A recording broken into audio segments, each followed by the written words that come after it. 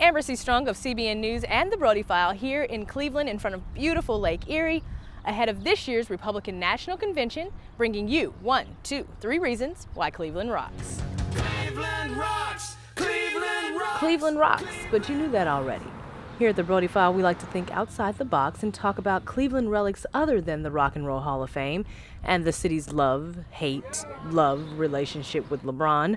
But before we start, we wanted to ask the RNC, why Cleveland? When I moved to Cleveland a few months ago, I didn't know what to expect, and I must say I have been blown away by the people, by the food scene, by the restaurants, by the local businesses, by the architecture.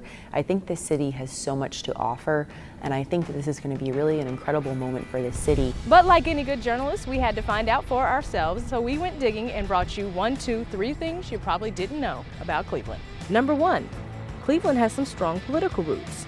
It was once the home of our 20th president, James A. Garfield. Garfield was actually born in Moreland Hills, a suburb of Cleveland.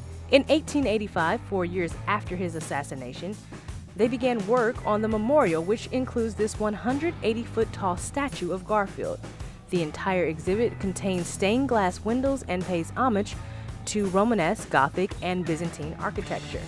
Garfield was actually one of 8 U.S. presidents hailing from Ohio. The number 2 reason why Cleveland rocks, the food. I mean, come on, it's the Brody File. We had to talk about the food, right? And what better place to indulge in the city's cornucopia of foodie delights than the historical West Side Market? The origin of the city's open-air market dates back to 1840 and is still going strong today.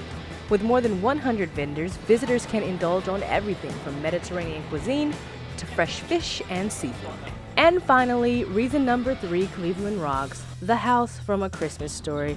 Yes, your eyes are not deceiving you. The movie dedicated to embarrassing pajamas and the Red Ryder BB gun was actually filmed right here in Cleveland. There's even a museum dedicated to the movie right across the street.